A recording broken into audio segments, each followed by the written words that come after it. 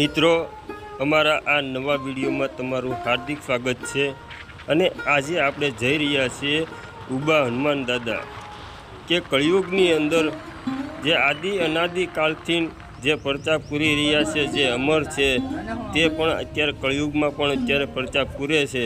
અને તેનું ઉદાહરણ તરીકે આપણે ઉબા હનુમાન મંદિરે જઈએ છીએ। ત્યાં તમે જોઈ શકશો કે હજી હાલમાં તમને પણ પરચા પુરાવા આપે છે।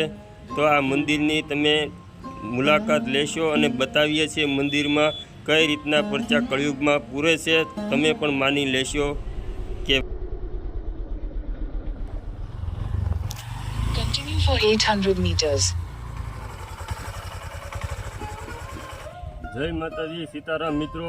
કે ગામડે ગામડે બેઠેલા જે હનુમાન દાદા છે, જે વર્ષો જૂનાથી પરચા પૂરે છે અને જે અમર છે, જે ઘણા દેવી દેવતા ભગવાન અમર છે, તેમાંના એકમાત્ર હનુમાન બાપા છે કે જે હજી કળિયુગમાં પણ હાજર હળ હળ કળિયુગમાં પણ પરચા પૂરે છે। એવા હનુમાન બાપાના આપણે દર્શન કરવા આવ્યા છીએ ને એમાંનો એક પરચો અત્યારે હનુમાન દાદાના મંદિરે જાય છે, જે ઉબા હનુમાન દાદા કહેવાય તે મંદિરે। અને સુરતથી આશરે 95-100 કિલોમીટરના અંતરે આવ્યા છીએ। અત્યારે અમે થોડાક નજીક જ જઈ આવ્યા છીએ।